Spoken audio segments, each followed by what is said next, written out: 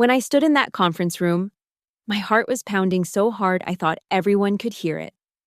My boss's cruel laughter echoed off the walls as he signed my termination papers, treating my 7 years of dedication like some kind of joke.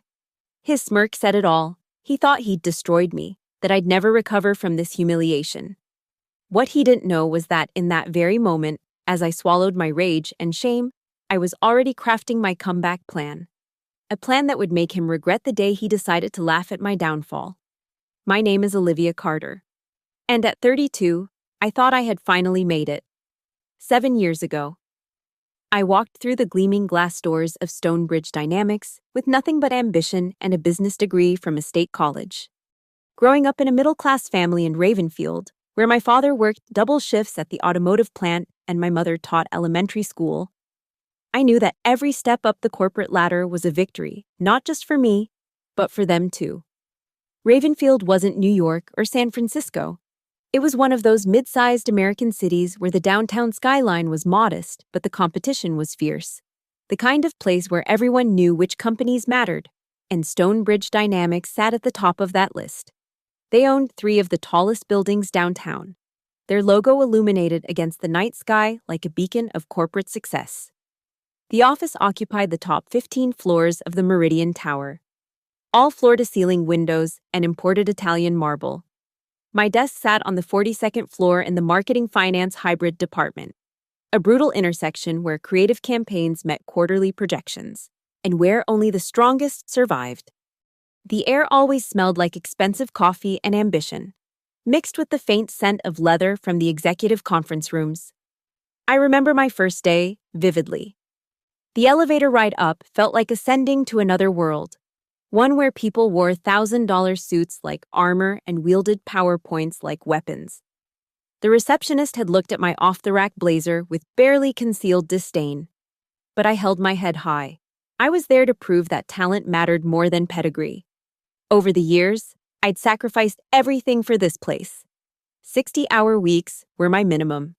I missed family dinners, canceled dates, and watched friendships fade as I poured myself into spreadsheets and strategy meetings. While my college friends were getting married and buying houses in the suburbs, I was living in a cramped one-bedroom apartment downtown. Every penny saved going toward maintaining the wardrobe and appearance expected at Stonebridge. The office hierarchy was clear and unforgiving. At the bottom were the analysts, fresh out of college, eager and expendable. Then came the associates like me, fighting for recognition. Above us, the senior managers who'd learned to play the game. And at the very top, the C-suite executives who seemed to exist in a different atmosphere entirely. Richard Hale, our CEO, ruled from the penthouse floor, his corner office larger than most people's apartments. I'd actually believed I was climbing that ladder successfully. My performance reviews were stellar. I'd led 3 major campaigns that brought in millions in revenue. The Morrison Industries merger? That was my analysis that sealed the deal. The Phoenix project that saved us from losing our biggest client? I worked 3 days straight to make that happen. But Stonebridge Dynamics wasn't really about merit, was it? It was about politics, about knowing whose ego to stroke and whose back to stab. It was about laughing at the right jokes in the break room and pretending to care about golf on the weekends. It was about being part of the club. And no matter how hard I worked, no matter how many victories I delivered, I was never truly going to be invited in. The warning signs had been there. The whispered conversations that stopped when I walked by. The important meetings I somehow wasn't invited to despite being the project lead. The way Richard's assistant, Patricia, had started avoiding eye contact in the elevator. But I was too focused on the work, too naive to see the knife being sharpened for my back. That morning, I'd arrived at 7:30 as usual, my coffee still steaming as I reviewed the quarterly reports. My desk was meticulously organized, color-coded folders, dual monitors displaying real-time market data. A small succulent that was the only personal touch I allowed myself. I was preparing for what I thought would be another routine Tuesday presentation. The email came at 9:43. Mandatory meeting, conference room A, 10 o'clock. No subject line, no context, just Richard Hale's name glowing ominously in my inbox. Conference room A was the execution chamber, though I didn't know it yet. 20 people sat around the polished mahogany table, their faces a mix of curiosity and something else. Anticipation? Some of them were already suppressing smirks, like they'd been given a preview of the show about to unfold. Richard Hale stood at the head of the table, his silver hair perfectly coiffed, his charcoal suit worth more than my monthly rent. He was examining his manicured nails when I walked in, as if I wasn't even worth his immediate attention. The fluorescent lights caught his Rolex, sending little sparkles across the wall like a disco ball of wealth. "Ah, Olivia," he said, his voice dripping with false warmth. "So glad you could join us." I took the only empty seat, directly across from him, in what I now realize was the defendant's chair. My hands were steady as I placed my laptop on the table, but my stomach was beginning to churn. Something was wrong, very wrong. "Let's discuss the Henderson Group proposal," Richard began, pulling up a presentation on the screen behind him. My presentation. The one I'd submitted last month that had won us a $10 million contract. Except the numbers were different. The projections were off. The entire risk assessment section had been altered. "Can anyone tell me what's wrong with this picture?" Richard asked the room, his voice taking on the tone of a disappointed teacher. "Anyone?" Brad Morrison, the golden boy from Yale who'd started 6 months ago, raised his hand. "The projections are completely unrealistic. The risk assessment is amateur at best. This could have cost us millions if it had gone through as is." My mouth went dry. "That's not my presentation. Those aren't my numbers." "Oh, but they are." Richard interrupted, clicking to the next slide. There it was. My digital signature, my login credentials in the document history. "This is what you submitted, isn't it? Your work?" "No. Someone changed it." "The original?" "The original." Richard laughed, a sound like ice cracking. "Are you suggesting someone sabotaged your work? That's quite the conspiracy theory." "Olivia." "Very convenient." The room was silent except for the hum of the air conditioning. I looked around at my colleagues, people I'd worked with for years, shared coffee with, stayed late to help with their projects. Not one of them would meet my eyes. Sarah from accounting was studying her phone. Mike from legal was doodling on his notepad. Even Jennifer, who I'd thought was a friend, was staring at the table. "The Henderson Group is furious," Richard continued, pacing now like a prosecutor delivering his closing argument. "They've discovered these discrepancies and are threatening to pull out entirely. 7 years, Olivia. 7 years you've been here, and this is how you repay our trust? Richard, please, if you just let me show you my original files." He slammed his hand on the table. The sound echoed like a gunshot. "Enough. Do you think we're idiots? Do you think we don't have IT tracking every keystroke, every revision?" He pulled out a folder, my termination paperwork. I realized with growing horror, "Your keycard will be deactivated immediately. Security will escort you to clear your desk. You have 15 minutes. That's when he laughed. Not a chuckle, not a snicker, but a full, genuine laugh as if someone had just told him the funniest joke in the world. He signed the papers with a theatrical flourish, still grinning. "You know what's really amusing?" he said, leaning back in his chair. "You actually thought you belonged here. You thought hard work and dedication meant something. But people like you, Olivia, from your background, with your state school education, you're replaceable, interchangeable, forgettable." Brad Morrison was smirking openly now. Of course, Brad, who'd been asking me for help with his reports. Brad, who had access to my computer when I'd foolishly given him my login to retrieve a file while I was sick. Brad, whose uncle was on the board of directors. "This is illegal," I managed to say, my voice barely a whisper. "This is wrongful termination. Fraud." Richard's eyes glittered with amusement. "Prove it. Take us to court. See how far a unemployed nobody gets against our legal team. Who do you think they'll believe, the CEO of Stonebridge Dynamics or a disgraced employee who couldn't handle the pressure?" 2 security guards appeared at the door. Tom and Luis, men I'd said good morning to every day for 7 years. Tom wouldn't look at me as he said, "Ma'am, we need to escort you to your desk." The walk to the elevator was the longest of my life. The entire floor had gone silent, everyone watching as I was marched past like a criminal. I heard whispers, saw phones being raised to capture my humiliation. Someone would probably post it on social media within the hour. At my desk, they watched as I packed my things into a cardboard box, the succulent, a coffee mug. 7 years reduced to a box I could carry with one arm.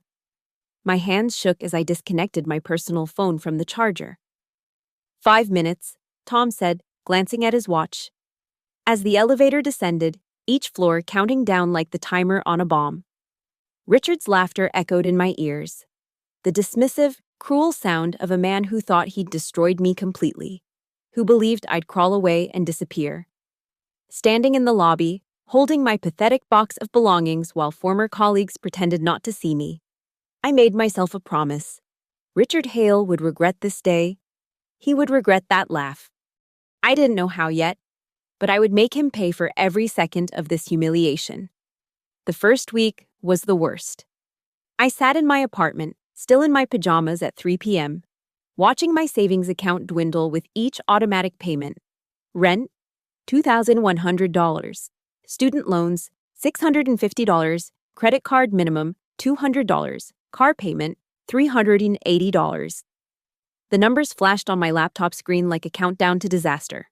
Without my Stonebridge salary, I had maybe 2 months before everything collapsed. My phone buzzed with notifications I couldn't bear to read. LinkedIn, see who's viewing your profile. Probably everyone rubbernecking at my career wreck. Facebook, Jennifer Martinez is now Senior Marketing Director at Stonebridge Dynamics. My replacement, my former friend, had probably known about my termination before I did. Mom called every day. "Honey, just come home. Your room is still here. You can help at Dad's shop while you figure things out." The disappointment in her voice was carefully masked, but I heard it. Their daughter.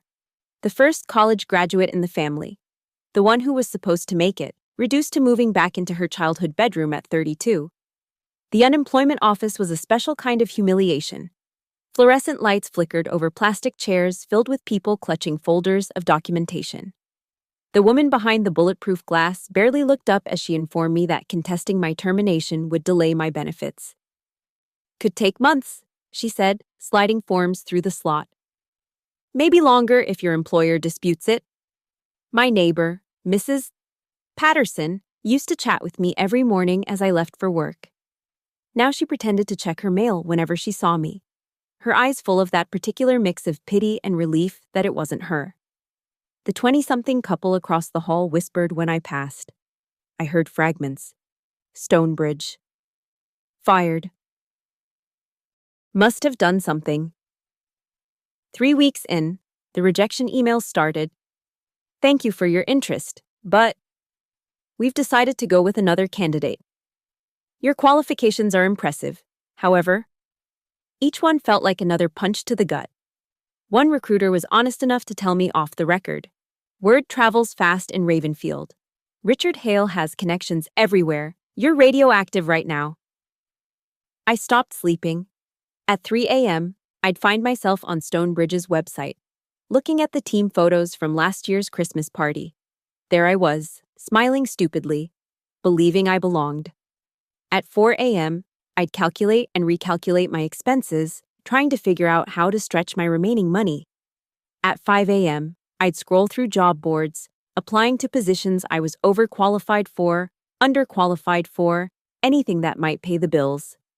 The grocery store became a minefield of budgeting. No more organic produce or name brand anything. I stood in aisle 7, comparing generic pasta prices, when I ran into Marcus Williams. He'd been let go from Stonebridge's finance department 2 years ago. "Olivia," he said, his surprise genuine. "I heard what happened. Richard's special treatment, right?" We talked over coffee, the cheap kind from the diner on 5th Street. Marcus told me how Richard had forced him out after he'd questioned some suspicious transactions. "Blackballed me completely," he said, stirring sugar into his cup. "Had to freelance for a year before anyone would touch me." The bills turned from white to yellow to pink. Final notices. The credit card company called daily. My car payment was 45 days overdue. The repo man would come soon. I sold my designer bags on Poshmark. My jewelry at the pawn shop on Maple Avenue. Each piece had been a reward to myself for hitting some milestone at Stonebridge. Now they were just things to convert to cash. My sister drove up from Columbus one weekend, found me surrounded by empty wine bottles and printed rejection letters. "This isn't you," she said, opening the blinds I'd kept closed for days. "The Olivia I know doesn't give up." "The Olivia you knew was an idiot," I told her. She believed that hard work mattered, that playing by the rules would pay off. "So change the rules," she said simply. The lowest point came on a Tuesday, 43 days after being fired. I was walking back from another useless job interview, a junior position that paid half my previous salary. And they still didn't want me. When I passed Stonebridge's building, there, through the massive lobby windows, I saw them. Richard, Brad, Jennifer, all heading to lunch at the Sterling Room, the restaurant where deals were made and careers decided. Richard was laughing at something Brad said, the same laugh from that conference room. I stood there in my last good interview suit, now loose because I'd been living on ramen and anxiety, watching them disappear into a world that had expelled me like a virus. And security guard I didn't recognize approached. "Ma'am, you need to move along." That night, I sat on my bathroom floor and cried until I couldn't anymore. Real, ugly, body-shaking sobs that left me empty and hollow. But when the tears finally stopped, something else took their place. Not hope exactly, but something harder. Sharper. Rage. Pure, crystallized rage that burned away the self-pity and despair. Richard Hale thought he'd destroyed me. He thought I'd disappear, become another casualty of corporate warfare that no one would remember. He was wrong. I opened my laptop and started making lists. Every connection I still had, every piece of information I knew about Stonebridge's operations, every weakness in their armor. If they'd changed the rules, then I would too. If playing fair meant losing, then I wouldn't play fair. The comeback started that night, on my bathroom floor. With nothing left to lose and everything to prove. The plan started with knowledge, the kind Richard thought I'd never be smart enough to gather. During my 7 years at Stonebridge, I'd handled sensitive documents, sat in on executive meetings, watched patterns emerge. Richard wasn't just cruel, he was greedy. And greed, I'd learned, always left a paper trail. I spent entire nights piecing together what I knew. The Henderson Group project wasn't the first time numbers had been mysteriously altered. There was the Prestwick account 3 years ago. Annie from sales had been blamed for lost revenue. Fired within a week. The Mountain View merger that fell through after someone leaked confidential information. David from legal took the fall. Each time, Brad or one of Richard's other golden boys had stepped into the vacant position. But knowing wasn't enough. I needed allies. Marcus was first. I met him at a coffee shop in the industrial district, far from Stonebridge's sphere of influence. "I've been documenting everything since they forced me out," he said, sliding a flash drive across the table.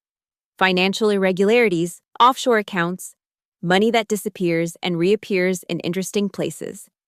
"Why didn't you do anything with it?" I asked. "Alone? Against their legal team?" "That's suicide. But together." He let the sentence hang. Next was Maya Patel, a brilliant IT specialist Richard had fired 6 months ago for insubordination. She'd refused to delete certain emails from the server.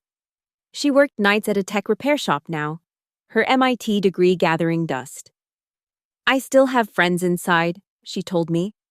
"People who remember what Richard did to me, to us." Jordan Mitchell was harder to convince. The former Stonebridge legal counsel was working at a nonprofit, helping tenants fight evictions. "I've moved on, Olivia," he said initially. But when I showed him Marcus's evidence, his expression changed. This is securities fraud. This is federal prison territory." We met weekly in Maya's apartment, a cramped space above a Korean restaurant where the smell of kimchi masked our conversations. Her living room became our war room. Whiteboards covered in timelines, laptops running analysis, boxes of documents I'd managed to copy before my termination. "We can't just expose him," Jordan said during one late-night session. "We need to beat him at his own game. Take away what he values most: power, money, reputation." "We need a company," I said. The idea had been growing for weeks. "Our own firm, legitimate competition." Maya laughed bitterly. "With what money? Between the four of us, we might have enough for a month's rent on a closet." But I'd been thinking about that too. "We don't need much, not at first. We need one client, one big win. Something that shows we're players." I started studying everything: blockchain technology, emerging markets, sustainability trends that Stonebridge was too arrogant to notice. I read until my eyes burned, took online courses with money I didn't have, attended free webinars at 2 a.m. because they were hosted in Singapore or London. The breakthrough came through Angela Foster, a former Stonebridge client who'd been overcharged and underserved. I'd kept her business card, a small rebellion against the company policy of surrendering all client contacts. She agreed to meet me at a wine bar downtown. "Stonebridge treats smaller clients like ATMs," she said, swirling her Merlot. "They forget we talk to each other. There are at least a dozen companies in my network who'd love an alternative." "What if I could offer that alternative?" I asked. "Better service, transparent pricing, actual innovation instead of recycled strategies from 2015? She studied me over her glass. "You'd need more than just good intentions. You'd need proof you can deliver." That's when I pitched her the idea I'd been developing: a revolutionary approach to digital marketing using AI-driven predictive analytics, something Stonebridge was too rigid to implement. I'd spent 3 sleepless nights creating a demonstration, using free trials of enterprise software and Maya's coding skills. Angela's eyes widened as I showed her the prototype on my laptop. "This could change everything for my company. How soon can you implement it?" "Give me 3 weeks," I said, my heart pounding. "And if it doesn't deliver the results I'm promising, you pay nothing." She extended her hand. "Deal." Walking home that night, I felt something I hadn't experienced in months: hope. Not the fragile kind that shatters at the first obstacle, but something fiercer. We had our first potential client. We had evidence of Richard's crimes. We had a team of people who'd been crushed by the Stonebridge machine and survived. Richard Hale had created his own enemies, discarding talented people like trash when they threatened his ego or stood in his way. Each person he'd destroyed had become stronger, hungrier, more determined. He'd assembled the perfect team for his own downfall without realizing it. I stood outside my apartment building, looking up at the stars barely visible through the city's light pollution. Somewhere across town, Richard was probably in his penthouse, congratulating himself on destroying another threat to his empire. He had no idea that the threat hadn't been destroyed. It had evolved. The old Olivia, the one who believed in fairness and corporate loyalty, was dead. Richard had killed her in that conference room, but something new had risen from those ashes. Something he wouldn't see coming until it was too late. The comeback wasn't just beginning, it was accelerating. We incorporated NovaCore strategies in Jordan's living room on a rainy Thursday morning. 4 laptops, 1 printer held together with duct tape, and a dream fueled by revenge. The filing fee of $500 came from Maya pawning her grandmother's necklace. "She would have understood," Maya said quietly. She hated bullies too. Our office was Maya's garage, cleared of her brother's old motorcycle parts and transformed with second-hand furniture from Craigslist. A folding table became our conference room. Wi-Fi stolen from the coffee shop next door powered our operations. We worked 18-hour days, surviving on instant coffee and determination. The Angela Foster project became our proof of concept. Maya coded through the night, building algorithms that could predict consumer behavior with frightening accuracy. Marcus created financial models that showed ROI percentages that made traditional marketing look prehistoric. Jordan ensured every contract was bulletproof. every term protecting us from the kind of corporate sabotage we'd all experienced. 3 weeks later, we delivered. Angela's sales jumped 47% in the first month. "This is incredible," she said, staring at the analytics dashboard we'd built. "Stonebridge charged me 3 times as much for half the results." Word spread through her network like wildfire. Within 6 weeks, we had 5 clients, small businesses that Stonebridge considered beneath them. But their combined revenue was enough to keep us afloat. Barely. Then came the first real challenge. Peterson Industries, a mid-sized manufacturing firm looking to modernize their entire digital presence. They were also Stonebridge's client. Unhappy but locked into a contract. Jordan found the loophole. "They have an exit clause," he announced, highlighting the relevant section. "If Stonebridge fails to meet specific performance metrics, Peterson can terminate with 30 days' notice." "And have they met them?" I asked, already knowing the answer. Marcus pulled up his analysis. "Not even close. They've been coasting, billing premium rates for junior-level work." We pitched Peterson in their boardroom. 4 former Stonebridge outcasts in our best thrift store suits facing a panel of executives. I could feel their skepticism. Who were we to challenge the mighty Stonebridge dynamics? But when Maya demonstrated our proprietary software, when Marcus showed the real numbers, when Jordan outlined our ethical business practices, something shifted. The CEO, Robert Peterson, leaned forward. "You're telling me you can deliver better results at 60% of what we're currently paying?" "Yes," I said simply. "And if we don't, you can terminate our contract immediately, no penalties, no hidden fees." Stonebridge found out. Of course, Richard sent his attack dog, Brad Morrison, now senior vice president, to retain the client. He showed up at Peterson Industries with a team of 5, promising discounts, bonuses, anything to keep them. They offered to cut their rate by 40%, Robert told me over the phone. Suddenly, after 3 years of overcharging us, they can afford to lose almost half their fee. "That tells you everything about their actual costs," I replied. "And what they'll do once they've eliminated the competition." Peterson Industries became our first major client to defect from Stonebridge. The signing bonus was enough to get us a real office, small but legitimate. Maya cried when we got our first business cards printed, but success brought scrutiny. Stonebridge started spreading rumors, unstable, unethical, founded by disgruntled former employees who couldn't cut it. One potential client told us frankly, "Richard Hale personally called our CEO, said hiring you would be a mistake we'd regret." "He's scared," Jordan observed, reviewing the pattern of interference. "This isn't standard competition. This is personal." We lost 3 potential clients to Richard's poison.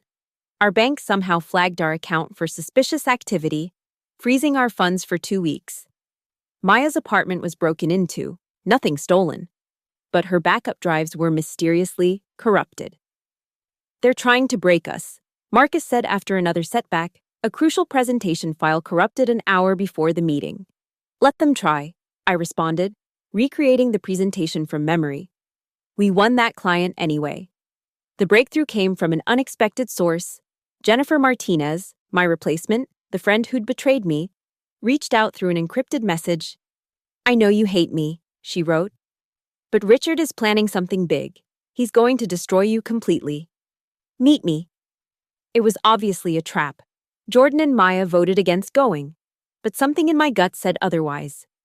I met her at a park at dawn, Maya watching from her car in case I needed backup. Jennifer looked exhausted. Her designer suit wrinkled, her perfect makeup cracked.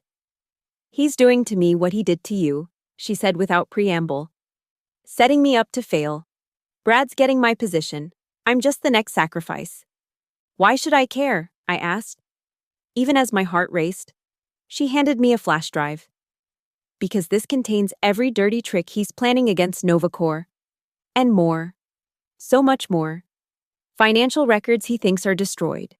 Recordings of him discussing the frame jobs. Everything." "What do you want?"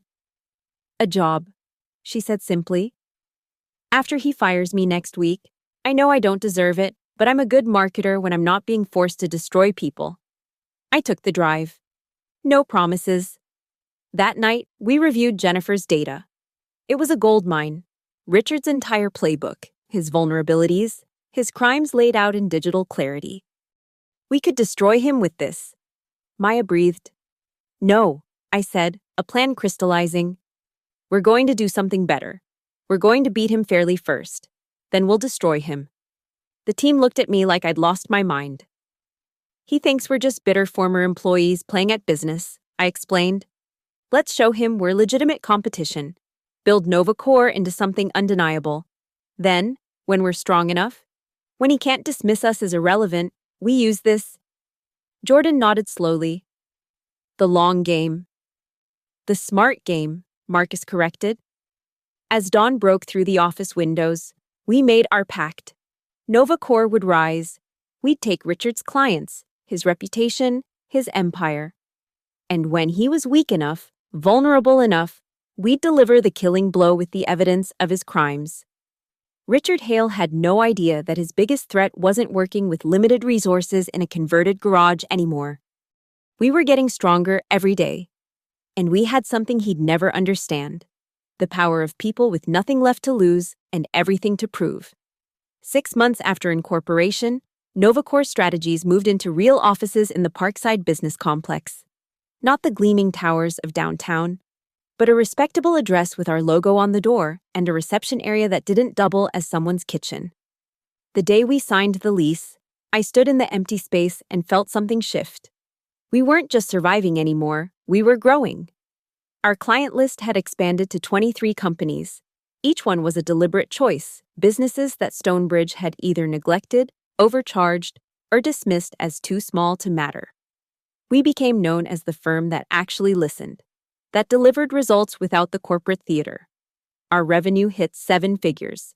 Still tiny compared to Stonebridge's empire, but enough to make us legitimate players. The marketing campaign that put us on the map was for Riverside Healthcare.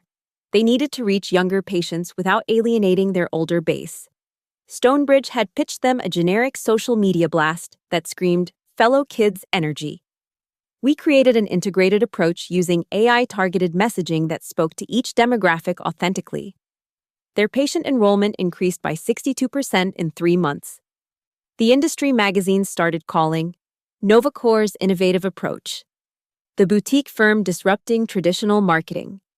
Richard must have choked on his morning espresso reading those headlines. Jennifer had joined us after Richard fired her, exactly as she'd predicted. Watching her walk into our office with a cardboard box was surreal déjà vu. But she proved herself valuable, bringing 3 clients with her who were tired of Stonebridge's arrogance. Redemption feels better than revenge, she told me one late night as we worked on a proposal. Our first direct confrontation with Stonebridge came at the Ravenfield Business Excellence Awards. We'd been nominated for Startup of the Year. Stonebridge was up for Marketing Firm of the Year, an award they'd won 5 consecutive times. The gala was held at the Grand Meridian Hotel. 500 of Ravenfield's business elite in their finest attire. I wore a new dress, not designer, but tailored perfectly. My team flanked me as we entered the ballroom. The Stonebridge table was front and center, Richard holding court like a king. Our eyes met across the room. His smile faltered for just a second before reassembling into that practiced CEO charm. "Olivia," he said smoothly when our paths inevitably crossed at the bar. "Playing dress-up with your little startup, I see."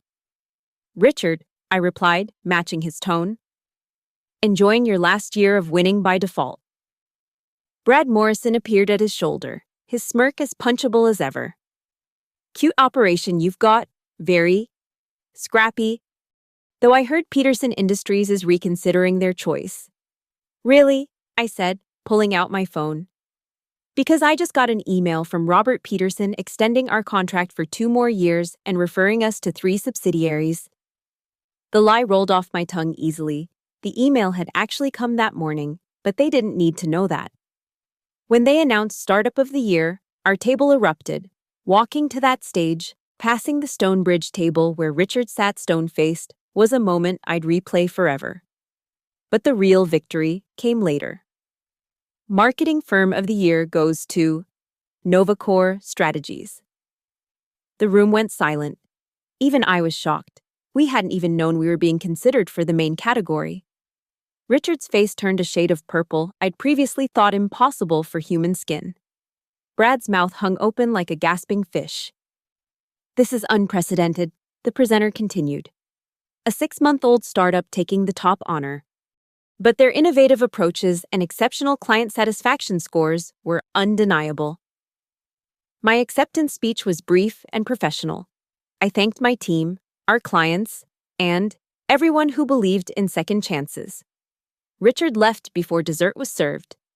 The next morning, Stonebridge declared war. They poached 2 of our junior employees with salary offers we couldn't match. They undercut our proposals by operating at a loss just to steal clients. They filed a frivolous lawsuit claiming we'd stolen proprietary information. Jordan handled that one easily. Hard to steal something that doesn't exist, Your Honor. Their proprietary methods are industry standard practices from 2010. But we were ready for war. Maya had developed software that could demonstrate real-time ROI, something Stonebridge's legacy systems couldn't match. Marcus created financing plans that made our services accessible to smaller businesses while maintaining profitability. We partnered with local business schools, offering internships and fresh perspectives that Stonebridge's rigid hierarchy could never accommodate. The tipping point came when Morrison Global, Stonebridge's second-largest client worth $50 million annually, requested proposals from both firms for their international expansion. This was the opportunity we'd been waiting for. We can't compete with their resources, Marcus pointed out during our strategy session. We don't need to, I replied. We need to show Morrison Global something Stonebridge can't offer, genuine innovation and people who actually care about their success. We worked around the clock for 2 weeks. Maya created predictive models for international market penetration. Marcus developed a financing structure that would save them millions in taxes legally. Jennifer crafted messaging that would resonate across cultures without losing brand identity. Jordan ensured every detail was legally bulletproof. But I had one more card to play. Deep in Jennifer's flash drive was evidence that Richard had been overcharging Morrison Global for years, billing them for services never rendered, hiding it in administrative fees and miscellaneous costs. I couldn't use it directly.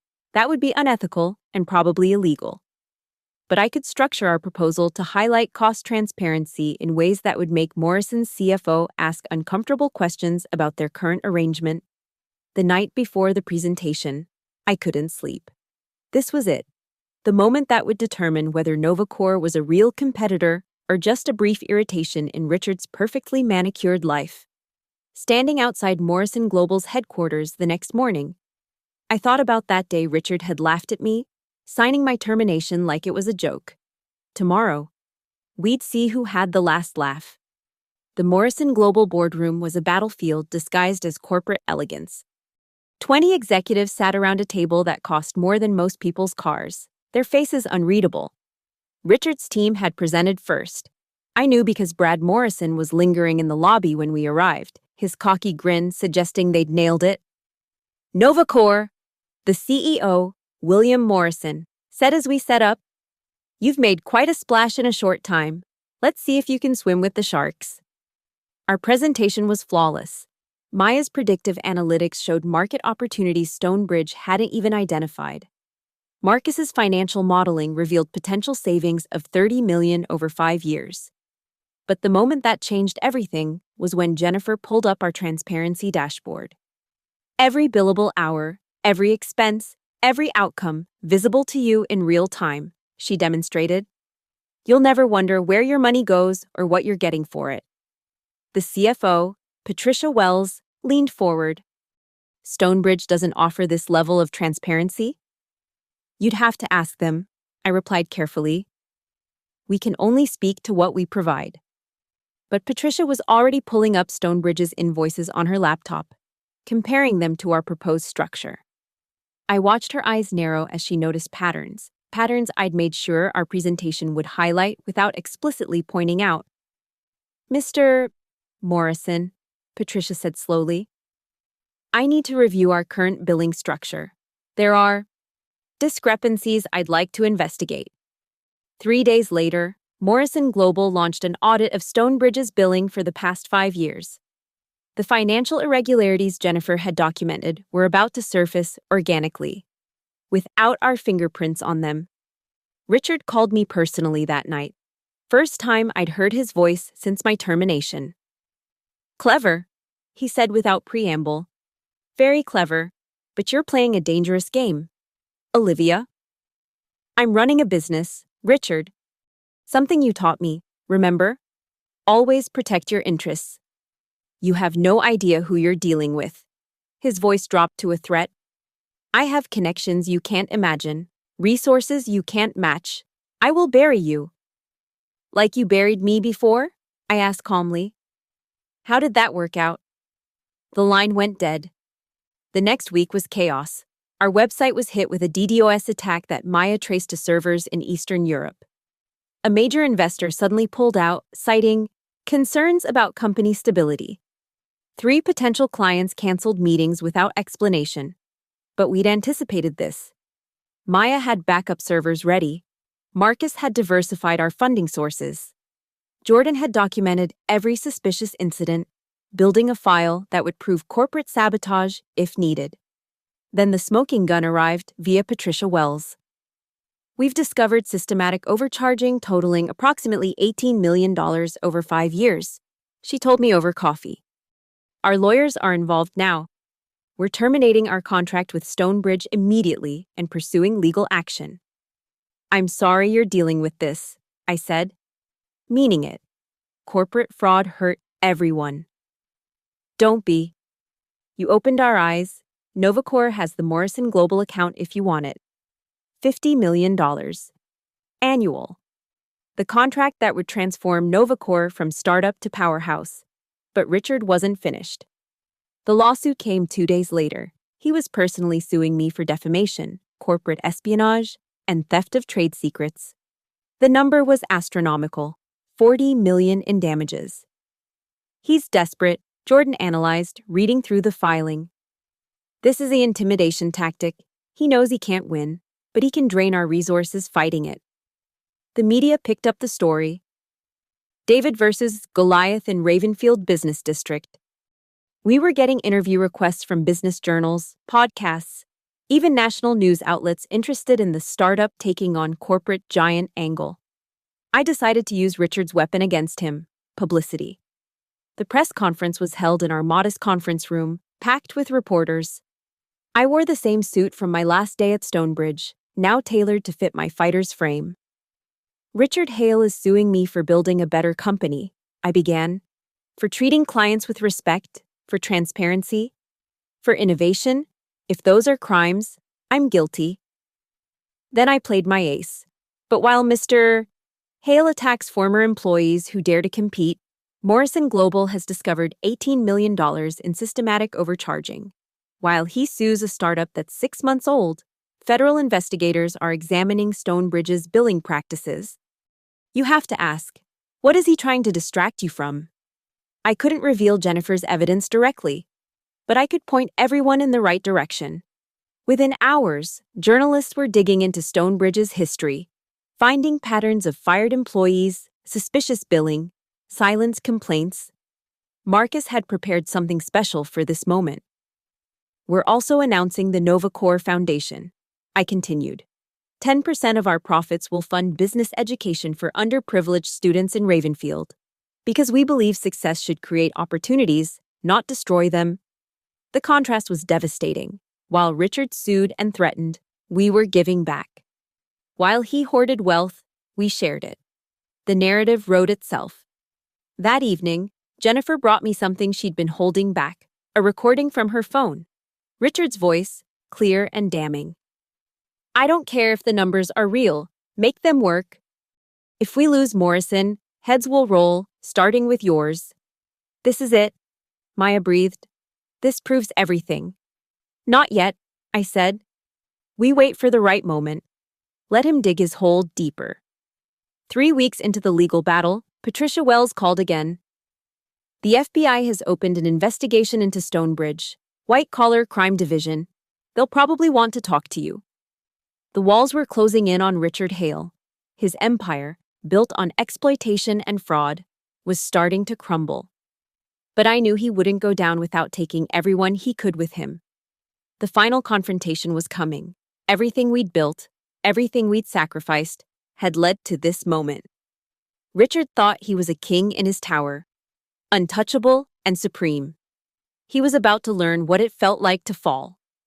The FBI raid on Stonebridge Dynamics happened on a Tuesday morning. I watched from my office window as black SUVs surrounded the Meridian Tower. Agents in windbreakers carrying out boxes of documents. Richard Hale, the untouchable CEO, was escorted out in handcuffs at 10:47 a.m.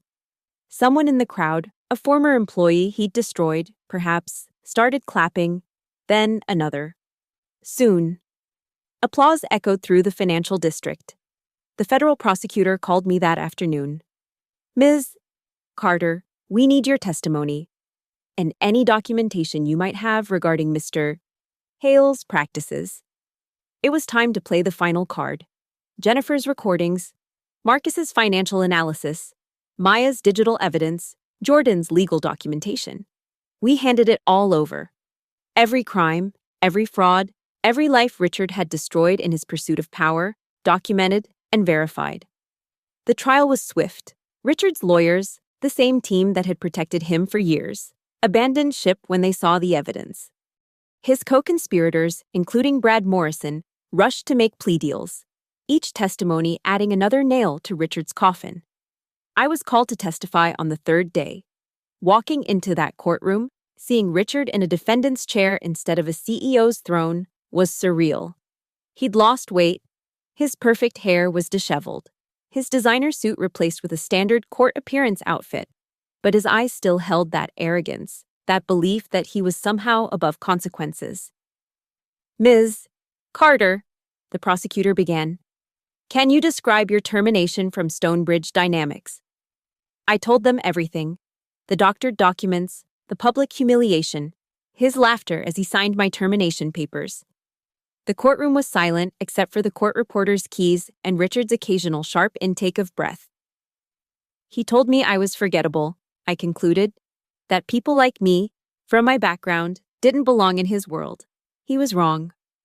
People like me, people who work hard, who believe in fairness, who refuse to stay down when knocked over, we're the ones who change the world. He just gave me the push I needed to prove it. The verdict came back in 2 hours. Guilty on all counts.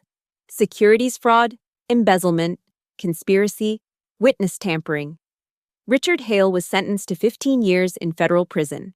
Stonebridge Dynamics collapsed within a month, its clients fleeing to more ethical firms. Many came to Novacor. The day of Richard's sentencing, I held a company meeting. Novacor had grown to 50 employees.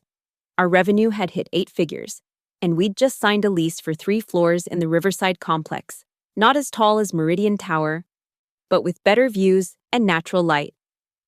"We won," Maya said, champagne in hand. "No," I corrected.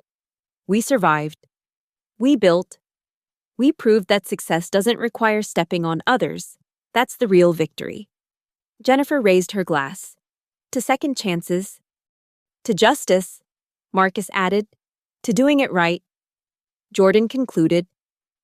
6 months later, I was invited to speak at Ravenfield Business School, standing at the podium, looking at eager faces who reminded me of myself 7 years ago. I thought about what to say.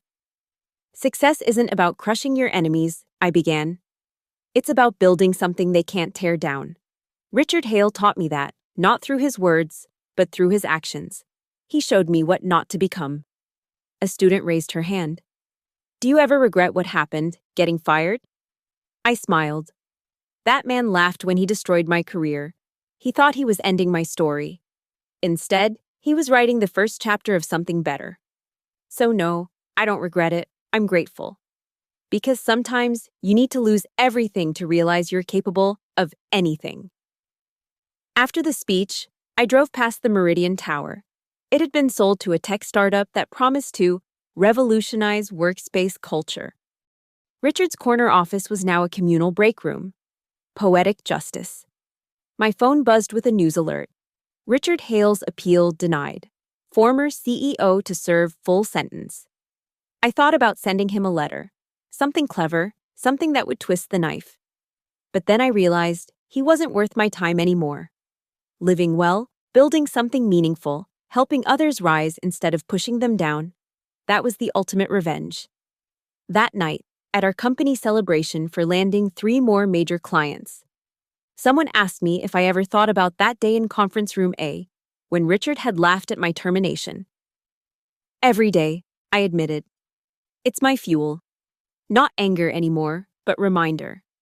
A reminder that no one gets to tell you where you belong. You decide that yourself. As I looked around at my team, people who'd been discarded, underestimated, laughed at, now running one of the fastest growing firms in the state, I realized something Richard never understood. Power isn't about keeping others down. It's about lifting them up and watching them soar. The man who laughed when I got fired was sitting in a federal prison cell. The woman he'd dismissed as forgettable had built an empire on the ashes of his corruption. He thought he was destroying me that day, but all he did was set me free. My name is Olivia Carter. I was fired, humiliated, and told I didn't belong.